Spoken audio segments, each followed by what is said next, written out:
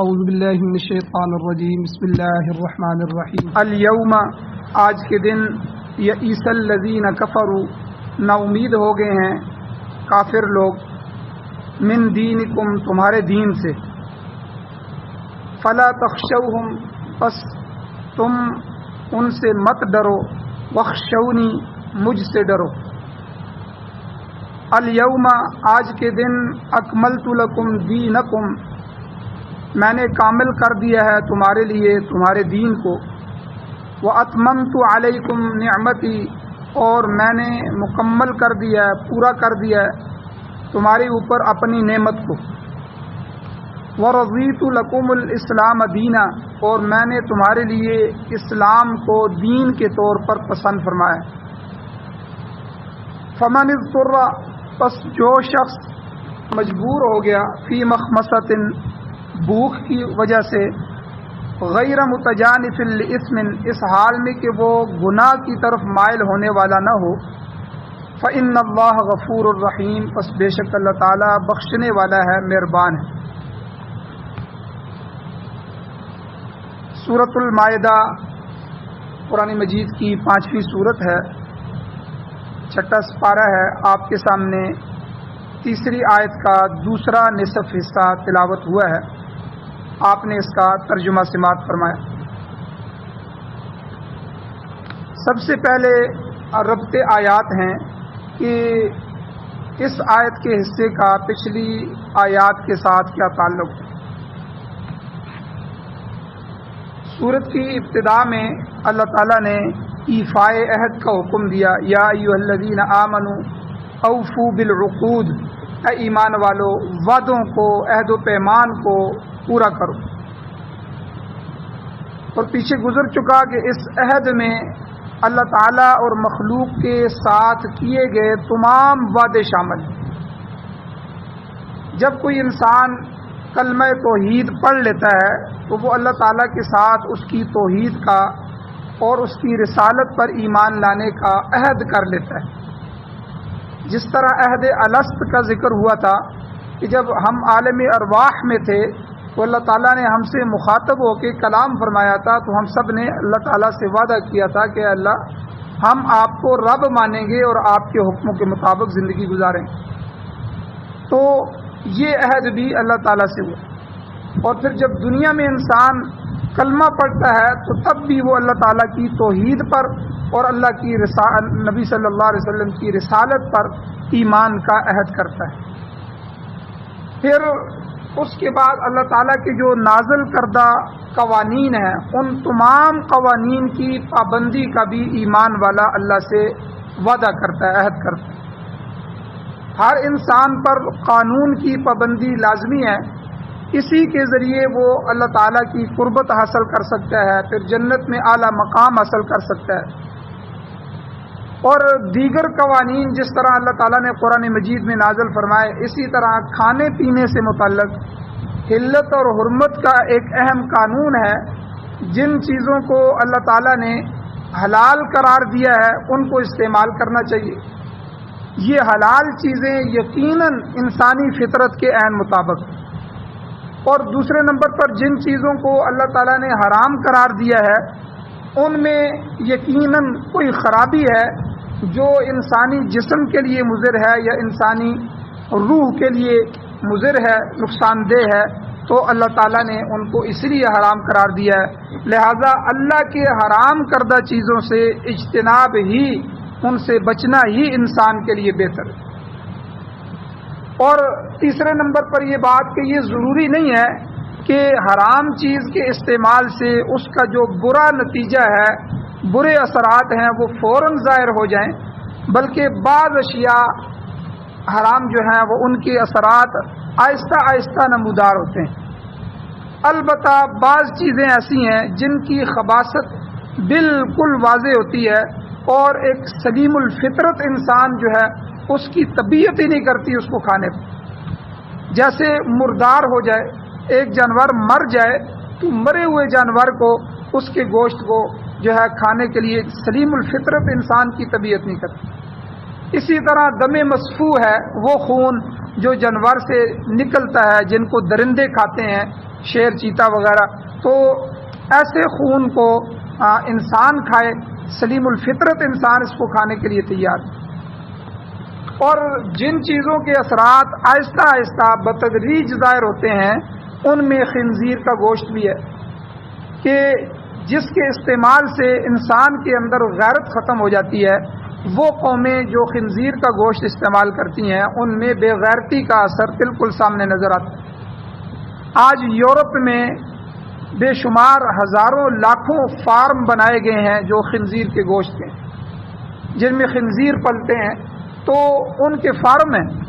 اور ہماری کتنی چیزیں ہیں، نوڈل وغیرہ اور کئی ایسی چیزیں ہیں جن میں خنزیر کی چربی استعمال کی جاتی ہے۔ تو بہرحال ایسی چیز کہ جو خنزیر کا گوشت ہے، اس کا استعمال جو ہے یہ بھی درست نہیں ہے۔ اسی طرح پیچھے تذکرہ ہوا نظر لغیر اللہ، اللہ کے غیر کے لیے کسی چیز کو نظر ماننا، کوئی بکرا ہے، کوئی جانور ہے، یا کوئی چیز ہے، کوئی کپڑا، کوئی جو ہے چاول، کوئی جو ہے کھیر، کسٹر وغیرہ، کوئی چیز بھی بنائی جائے، پکائی جائے، خریدی جائے، اس چیز کو اللہ کے غیر کے لیے نظر مانی جائے کہ میں یہ فلاں بزرگ کے لیے، فلاں ہستی کے لیے ذبح کر رہا ہوں، اس کو راضی کرنے کے لیے ذبح کر رہا ہوں۔ تو نظر لغیر اللہ، اس میں روحانی طور پر خباثت پائی جاتی ہے، اگرچہ وہ ظاہراً نظر نہیں آتی، وہ چیز تو ہمیں صاف نظر آ رہی ہوتی ہے، مگر اس سے انسان کا دل، دماغ اور روح، یہ تینوں چیزیں ناپاک ہو جاتی ہیں۔ جتنے بھی انبیاء اکرام آئے، تمام انبیاء اکرام اور ملت حنیفیہ کے جتنے بھی ائمہ ہیں، سارے ائمہ اکرام جو ہے سارے کے سارے امام اسے حرام ہی قرار دیتے رہے ہیں کہ نظر لغیر اللہ، اللہ کے غیر کے لیے صدقہ خیرات کرنا یا نظر منت ماننا، یہ ناجائز ہے، حرام۔ یہاں تک تو پچھلی آیات میں اللہ تعالیٰ نے احکامات بیان فرمائے۔ اب سورت کی آیت نمبر 3 میں حلت اور حرمت کے احکام بیان ہوئے ہیں، اور یہ سلسلہ آگے آیت نمبر 4 میں بھی جاری رہے گا۔ البتہ درمیان میں یہی آیت نمبر 3 کے اس دوسرے حصے میں اللہ تعالیٰ نے اہل اسلام کو، مسلمانوں کو اور حضور نبی کریم صلی اللہ علیہ وسلم پر کیے گئے جو احسان ہیں، اللہ نے اس کا ذکر فرمایا کہ جس احسان کے ذریعے اللہ تعالیٰ نے اہل ایمان کو کفار پر مکمل غلبہ عطا فرمایا، اور کفار دین اسلام سے مکمل طور پر مایوس ہو گئے اور مسلمانوں کے سامنے دب گئے، مغلوب ہو گئے۔ ارشاد ہوتا ہے، اللہ تعالیٰ فرماتے ہیں الیوم، آج کے دن، یئس الذین کفروا، نا امید ہو گئے ہیں وہ لوگ جنہوں نے کفر کیا، من دینکم، تمہارے دین سے۔ آج کے دن کفار تمہارے دین اسلام سے مایوس ہو چکے ہیں۔ تو امام بیضاوی رحمۃ اللہ علیہ مفسر قرآن ہیں، یہ فرماتے ہیں کہ یہاں پر الیوم سے مراد کوئی خاص معین دن نہیں ہے، بلکہ یہ 9 ذی الحجہ کا سن 10 ہجری کا دن ہے۔ سن 10 ہجری جب حضور علیہ السلام نے آخری حج فرمایا، اس کے 9 ذی الحجہ کو، یوم عرفہ کو جو ہے حضور علیہ الصلوۃ والسلام پر یہ آیت اتری۔ تو آنے والا سارا زمانہ اس سے مراد ہے۔ اس وقت فتح مکہ ہو چکی تھی اور پورا خطہ عرب اسلام کے زیر نگیں آ چکا تھا، اور عرب میں اسلام پھیل چکا تھا، اور عربوں کی اکثریت اسلام لا چکی۔ تاہم جو اقلیت باقی رہ گئی تھی، اس میں اسلام سے مقابلہ کرنے کے لیے دم خم باقی نہیں تھا، ان میں قوت باقی نہیں تھی کہ وہ حضور علیہ السلام کا مقابلہ کرے، کیونکہ فتح مکہ جو تھا یہ سب سے بڑی فتح تھی۔ انا فتحنا لک فتحا مبینا، یہ فتح مبین تھی جو اللہ تعالیٰ نے حضور علیہ السلام کو عطا فرمائی۔ تو فتح مکہ سے پہلے جو ہے وہ عربوں نے ہر چند کوشش کی کہ اسلام کے اس پودے کو بڑھنے نہ دیا جائے، اس کو پنپنے سے روک دیا جائے، اس کو آگے نہ آنے دیا جائے۔ تو اس کے لیے انہوں نے کئی کوششیں کی، کئی جنگیں لڑی حضور علیہ السلام سے، مگر وہ اپنے مقصد میں کامیاب نہ ہو سکے۔ مسلمان مختلف محاذوں پر کامیابیاں حاصل کرتے رہے، حتیٰ کہ سن 8 ہجری میں مکہ بھی فتح ہو گیا، جس سے کفار کی، مشرکین کی اور قریش مکہ کی، جو قریش تھے ان کی جو رئیسی قوت تھی وہ بھی ختم ہو گئی۔ اب جو دوسرا علاقہ ہے حنین والوں میں صرف کچھ سکت باقی تھی۔ فتح مکہ کے بعد کافروں نے، حنین والوں نے آپس میں مشورہ کیا کہ اب بھی موقع ہے کہ کسی طرح مسلمانوں کا راستہ روک دیا جائے، ورنہ ہم ہمیشہ کے لیے ختم ہو جائیں گے۔ انہوں نے آخری کوشش کی، اور ان میں جو ورید بن سما، اس نے 24,000 کے قریب فوج جمع کی، اور اس کے علاوہ دیگر جنگی ساز و سامان بھی اکٹھا کیا، اور مسلمانوں سے ٹکرا گئے، مگر انہیں بھی شکست فاش ہوئی، اور پورے عرب میں مسلمانوں کو کسی طرف سے بھی کوئی خطرہ باقی نہیں رہا۔ اس پس منظر میں پھر آگے 2 سال بعد 8 ہجری کے میں مکہ فتح ہوا۔ پھر 10 ہجری میں یوم عرفہ کے دن، اس 9 ذی الحجہ کے دن، آیت کا یہ حصہ نازل ہوا جس میں اللہ تعالیٰ نے ایمان والوں کو خوشخبری سنائی کہ دیکھو اب کفار تمہارے دین سے، الیوم یئس الذین کفروا من دینکم، اب تمہارے دین سے کافر لوگ مکمل طور پر مایوس ہو چکے، اب اسلام کے خلاف ان میں کوئی دم خم باقی نہیں رہا ہے، اور اسلام غالب آ چکا ہے، کافر مغلوب ہو چکے ہیں۔ ایک موقع پر حضور نبی کریم صلی اللہ علیہ وسلم نے خود ارشاد فرمایا، حضور نے فرمایا الشیطان یئس ان یعبدہ المصلون ولکن فی التحریش بینہم، یعنی عرب کے خطے میں، یہ جو عرب کا علاقہ ہے، حضور نے فرمایا عرب کے خطے میں شیطان اس بات سے مایوس ہو چکا ہے کہ نمازی لوگ اب اس کی پرستش کریں گے، اب نمازی اس کی پوجا کریں گے، ایسا اب نہیں ہوگا، شیطان بھی مایوس ہو چکا ہے۔ البتہ ایک چیز حضور نے فرمایا باقی ہے، وَلَكِنْ فِي التَّحْرِيشِ بَيْنَهُمْ، البتہ شیطان ان کی آپس کی لڑائی بڑھائی میں، آپس میں لڑانے جھگڑانے میں ضرور کامیاب ہوگا۔ تحریش کا معنی ہوتا ہے کسی کو ابھارنا، کسی بات پر جذبہ دلانا۔ جیسے جانوروں کو جو لڑانے والے لوگ ہوتے ہیں، مرغوں کی لڑائی، کتوں کی لڑائی آپ نے دیکھی ہے، تو ان لڑانے والوں کے جو مالک ہوتے ہیں انہیں مختلف طریقوں سے لڑائی کے لیے ابھارتے ہیں، ان کے پاس طریقے موجود ہوتے ہیں، بعض آوازیں موجود ہوتی ہیں، بعض طریقے ہوتے ہیں کہ جن کی وجہ سے وہ اپنے جانور کو لڑنے پر ابھار رہے ہوتے ہیں، لڑنے پر مجبور کرتے ہیں۔ تو یہاں بھی پھر تحریش بینہم کے معنی یہ ہے، حضور علیہ السلام نے فرمایا مقصد یہ ہے کہ اب خطہ عرب میں کفر اور شرک کا کلا کما ہو چکا ہے، کفر اور شرک کی جو طاقت اور زور ہے وہ ٹوٹ چکا ہے۔ البتہ مسلمانوں کا آپس میں لڑائی جھگڑا یہ ہوتا رہے گا۔ یہ آپ دیکھ لیں آج بھی سعودیہ اور قطر کو آپس میں لڑایا جا رہا ہے، یہ سب یہود و نصارہ کی سازش ہے۔ دن رات وہ سازشیں کرتے ہیں، اور جو ہے آپس میں مسلمانوں کے لڑانے کے لیے وہ ایک دوسرے کے خلاف کر دیتے ہیں، تو تاکہ وہ لڑتے رہیں اور ہم سے اسلحہ خریدتے رہیں، اور ہم اپنے ملکوں میں امن کے ساتھ، چین کے ساتھ بیٹھے رہیں اور اپنی طاقت کو بڑھاتے رہیں۔ تو یہ چیز آج بھی یہود و نصارہ میں موجود ہے۔ کئی عرب ممالک کو انہوں نے خطرے میں ڈال دیا، اور اس خطرے میں ان کو احساس دلایا، دیکھو وہ فلاں عرب ملک تمہارا دشمن ہے، اور تم جو ہے اپنی فوج بناؤ اور مسلح ہو جاؤ اور اسلحہ خریدو۔ اور جب وہ اس بات پہ آ جاتے ہیں تو پھر جو ہے وہ لاکھوں کروڑوں اربوں ڈالر کا اسلحہ ان کو بیچتے ہیں۔ تو یہ آج بھی جو ہے یہود و نصارہ کے ذریعے شیطان ہے، تو ان شیطانوں کے ذریعے آج بھی یہ ہو رہا ہے۔ تو حضور علیہ السلام نے اس وقت فرما دیا تھا کہ الشیطان یئس ان یعبدہ المصلون، شیطان بھی اس بات سے نا امید ہو چکا ہے کہ خطہ عرب میں کوئی نمازی اب اس کی پوجا کرے گا، اب وہ نا امید ہے۔ ولکن فی التحریش بینہم، لیکن ان کی آپس میں لڑائی بڑھائی، آپس میں جنگ و جدال یہ جاری رہیں۔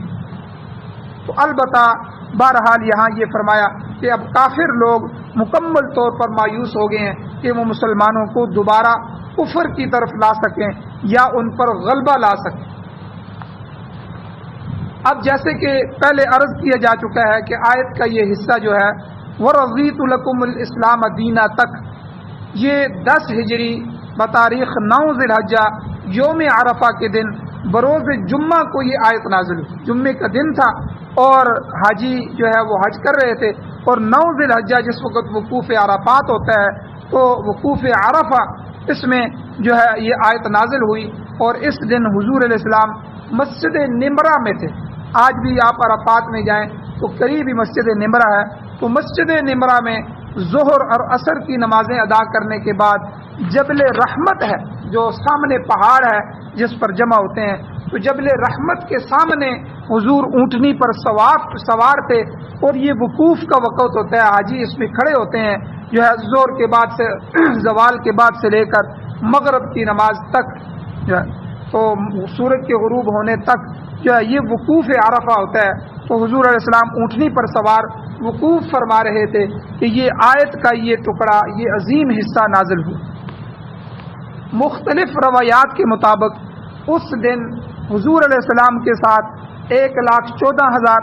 ایک روایت میں 1,24,000، اور ایک روایت میں 1,30,000، اور ایک روایت میں 1,40,000، اور 1.5 لاکھ تک بھی روایت آتی ہے کہ اتنے صحابہ حضور علیہ والسلام کے ساتھ میدان عرفات میں موجود تھے۔ حضور علیہ والسلام اور صحابہ اکرام چونکہ وقوف عرفہ ہو رہا تھا تو قبلہ رو ہو کر دعائیں کر رہے تھے، اللہ سے آوزاری کر رہے تھے، اللہ سے مانگ رہے تھے کہ اسی وقت وحی نازل ہونا شروع ہو گئی اور آیت کا یہ حصہ نازل ہوا۔ یاد رکھیں یہ حضور علیہ السلام کا آخری حج تھا، حضور علیہ السلام کے آخری سفر تھا، جس میں حضور علیہ السلام نے خطبہ حجۃ الوداع بھی ارشاد فرمایا۔ بڑا عظیم خطبہ ہے، اور اس میں حضور علیہ السلام نے ساری باتیں ارشاد فرمائی، اور اس کے بعد نبی علیہ والسلام 81 دن اس دنیا میں تشریف فرما رہے، 81 دن، چونکہ یہ ذی الحج کا مہینہ تھا، ذی الحج، اور اس کے بعد محرم، اور اس کے بعد سفر، اور اس کے بعد پھر ربیع الاول کے اندر یعنی 2.5-3 مہینوں کے بعد نبی علیہ والسلام ربیع الاول کے اندر پھر بیمار ہوئے، اور پھر بیماری بڑھتی رہی، پھر حضور علیہ والسلام جو ہے اس دنیا سے تشریف لے گئے، اور حضور علیہ والسلام کا انتقال، وفات مبارک ہوئی۔ تو اس کے بعد اس آیت کے اترنے کے بعد 81 دن حضور اس دنیا میں تشریف لے۔ اب ان 81 دنوں میں کوئی فرائض والی آیت نہیں اتری، کوئی مزید حکم نہیں اترا، احکام کے متعلق مزید کوئی آیت نازل نہیں، بلکہ اس لحاظ سے، حکم کے لحاظ سے، بشارت کے لحاظ سے، احکام کے لحاظ سے، فرائض کے لحاظ سے یہ آخری آیت تھی۔ البتہ اس آیت کے بعد سورہ بقرہ کی صرف ایک آیت نازل ہوئی ہے کہ جس کے بارے میں مفسرین فرماتے ہیں، اللہ فرماتے ہیں وَاتَّقُوا يَوْمًا تُرْجَعُونَ فِيهِ إِلَى اللَّهِ، لوگوں اس دن سے ڈر جاؤ جس دن تم اللہ کی طرف لٹائے جاؤ، ثُمَّ تُوَفَّى كُلُّ نَفْسٍ مَا كَسَبَتْ، پھر پورا اللہ تعالیٰ دے گا ہر نفس کو ما کسبت جو اس نے کمایا، وَهُمْ لَا يُظْلَمُونَ، اور وہ اس دن ظلم نہیں کیے جائیں، کوئی آدمی ظلم نہیں کیا جائے گا۔ وہ قیامت کا دن ہوگا جس دن سارے کے سارے میدان محشر میں جمع ہوں گے، اور ہر ایک کو اللہ کی طرف لٹایا جائے گا، اللہ کے سامنے لایا جائے گا، اللہ اس سے حساب لیں گے، پھر حساب کتاب میں پورا بدلہ دیا جائے گا، اچھے اعمال کرنے والوں کو پوری نیکیاں بڑھا چڑھا کر دی جائیں گی، اور برے عمل کرنے والوں کو پورا بدلہ دیا جائے گا۔ ہم لا یظلمون، اللہ کہتے ہیں اس دن کسی پر بھی کچھ بھی ظلم نہیں کیا جائے۔ تو یہ ایک آیت نازل ہوئی ہے، اس میں بھی اہل ایمان کو، ایمان والوں کو ان کی ذمہ داریوں کا احساس دلایا گیا کہ دیکھو قیامت کا دن جو ہے یہ محاسبہ والا دن ہے، حساب والا دن ہے، اس دن سے ڈر جاؤ، اور اس دن ہر ایک کو پورا بدلہ دیا جائے گا، کسی کے ساتھ زیادتی نہیں ہوگی۔ تو اس میں بھی کوئی فرض حکم یا کوئی احکام نہیں نازل ہوئے، تو اس کے علاوہ کوئی آیت نازل نہیں ہوئی۔ یہ 81 دن حضور اس دنیا میں تشریف رہے، اور اس کے بعد حضور علیہ السلام کا انتقال۔ یہاں سے ایک مسئلہ اور بھی سمجھ لیں کہ حضرت عمر رضی اللہ تعالیٰ عنہ کے عہد خلافت میں، آپ جب خلیفہ تھے تو آپ کے زمانے میں ایک یہودی نے آپ علیہ الصلوۃ والسلام سے، بلکہ آپ رضی اللہ تعالیٰ عنہ سے آ کے کہا، حضرت عمر فاروق رضی اللہ تعالیٰ عنہ سے کہا کہ دیکھو تکمیل دن جو ہے، تکمیل دین جو ہوا، اس کی آیت جو ہے الیوم اکملت لکم دینکم واتممت علیکم نعمتی ورضیت لکم الاسلام دینا، یہ جو آیت نازل ہوئی ہے، اس یہودی نے کہا حضرت عمر رضی اللہ تعالیٰ عنہ سے کہ دیکھو یہ اتنی عظیم آیت ہے، اتنی بڑی آیت ہے، خوشخبری والی آیت ہے کہ اگر یہ ہم یہودیوں پر نازل ہوتی تو ہم اس کے نزول کے دن یوم عید مناتے، جس دن یہ آیت نازل ہوئی ہے ہم اس دن خوشی میں عید کرتے، اس دن کو مناتے اور اس پر خوشی کا اظہار کرتے۔ حضرت عمر رضی اللہ تعالیٰ عنہ نے فرمایا تمہیں کیا پتہ ہے جس دن یہ آیت نازل ہوئی اس دن ہماری 2 عیدیں تھیں، ایک تو وہ یوم عرفہ تھا، عرفات کا دن تھا، حاجیوں کا حج کا سب سے بڑا دن تھا، حج کا سب سے بڑا رکن ادا کیا جا رہا تھا، پھر حاجی یوم عرفات میں، اس عرفات والے دن میں عرفات کے میدان میں وقوف کر رہے تھے، اور پھر یہ عید کا دن یہ تھا کہ جمعہ کا دن تھا، کہ جمعے کے دن، پھر دوسرا جو ہے عرفہ کا دن تھا، جمعہ کا دن اور عرفہ کا دن یوم عرفہ، یہ 2 عیدیں ہماری تھیں، اور یہ دونوں دن اللہ تعالیٰ کی بارگاہ میں قبولیت دعا کے دن ہیں، حاجی اس دن دعا ہی کرتے ہیں، وہاں اور کوئی عمل نہیں ہے، وقوف عرفہ میں کھڑے ہو کے اللہ سے دعائیں مانگنی ہوتی ہیں، تو جمعہ کے دن بھی اللہ تعالیٰ دعا قبول فرماتے ہیں، پھر یوم عرفہ 9 ذی الحجہ کو وقوف عرفات کرتے ہوئے جو حاجی دعائیں مانگ رہے ہوتے ہیں، تو اس لیے دعا مانگنی چاہیے، حاجیوں کو دعاؤں کا کہنا چاہیے کہ ہمیں دعا میں یاد رکھنا، تو اس دن اللہ تعالیٰ ان کی دعاؤں کو قبول فرماتے ہیں۔ تو آپ رضی اللہ تعالیٰ نے، حضرت عمر رضی اللہ تعالیٰ نے اشارتاً یہ بات یہاں بتا دی کہ دیکھو اسلام میں دن منانے کی کوئی حیثیت نہیں ہے، یہودی، عیسائی، ہندو وغیرہ وغیرہ یہ جو اپنے اپنے دن مناتے ہیں تو یہ انہی کے ہاں حکم ہوگا، اسلام نے ہمیں ایسا حکم نہیں دیا۔ تکمیل دین کا جو دن ہے، جس دن دین مکمل ہو گیا، بلا شبہ اس میں کوئی شک و شبہ نہیں ہے، اہل اسلام کے لیے، مسلمانوں کے لیے، ایمان والوں کے لیے خوشی کا دن ہے، مسرت کا دن ہے۔ جمعہ تو ویسے ہی سید الایام ہے، جمعے کو دنوں کا سردار کہا گیا ہے، اور عرفہ کا دن سال بھر میں سب سے زیادہ مقبولیت کا دن ہے، اس دن اللہ تعالیٰ کی رحمت بارش کی طرح نازل ہوتی ہے، اور اسی دن حضور علیہ السلام نے فرمایا شیطان سب سے زیادہ ذلیل ہوتا ہے، مگر حضور علیہ الصلوۃ والسلام نے اپنے صحابہ اکرام کو، اور پھر آگے اس کے بعد تابعین اور تبع تابعین نے، پھر سلف صالحین میں سے کسی نے اس دن کو نہیں منایا۔ یہ جو ڈے منایا جاتا ہے، فلاں ڈے فلاں ڈے، یہ دن منانے کی جو بیماری ہے یہ 6 یا 7ویں ہجری سے شروع ہوئی، 6 7ویں ہجری میں، جب دین کی اصلیت ختم ہو گئی تو فاسق فاجر لوگوں نے جو ہے میلاد منانا شروع کر دیا۔ یہ جو میلاد منایا جاتا ہے، حضور کی پیدائش کا دن، حضور کی وفات کا دن، فلاں دن فلاں دن، اسی طرح دیگر دن منانے شروع کر دیے۔ بزرگوں کے عرس کا دن، جس دن کوئی بزرگ اللہ والا فوت ہو جاتا ہے تو کہتے ہیں یہ عرس ہے ان کا، تو یہ تو روز مرہ کا معمول بن گیا ہے، کوئی دن ایسا نہیں ہے جس دن کوئی بزرگ پیدا نہ ہوا ہو یا فوت نہ ہوا ہو، تو اب کس کس کا دن منائیں گے؟ یہ تو فطرت کے خلاف بات ہے۔ محض دن منا کر یہ سمجھتے ہیں کہ ہم نے دین کا حق ادا کر دیا، حالانکہ یہ تو دین سے گریز ہے، یہ دین کی مخالفت ہے۔ اب دیکھیں 12 ربیع الاول کو جھنڈیاں لگا لیں اور لائٹیں لگا لیں اور جو ہے وہ کچھ نعتیں چلا لیں، اور زور اثر کی نماز بھی نہیں پڑھتے، دن کی نمازیں بھی نہیں پڑھتے۔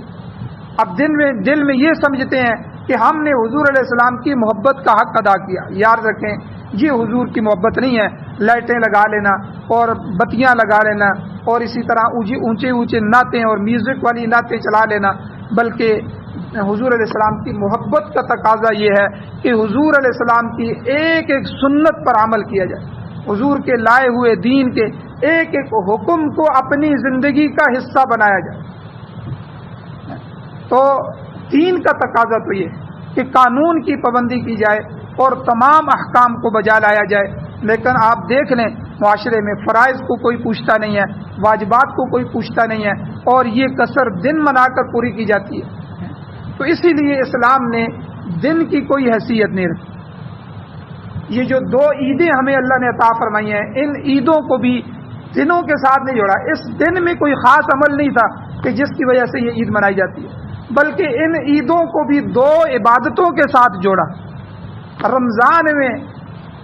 امت مسلمہ، پوری دنیا کے مسلمان روزے رکھ رہے ہوتے ہیں اور پورا مہینہ روزہ رکھتے ہیں، تو جب روزے مکمل ہو جاتے ہیں، رمضان مکمل ہوتا ہے، تو اس عبادت کی خوشی میں اللہ تعالیٰ جو ہے وہ ہمیں عید الفطر کا دن عطا فرماتے ہیں کہ بھئی اگلے دن آپ کی عید ہے۔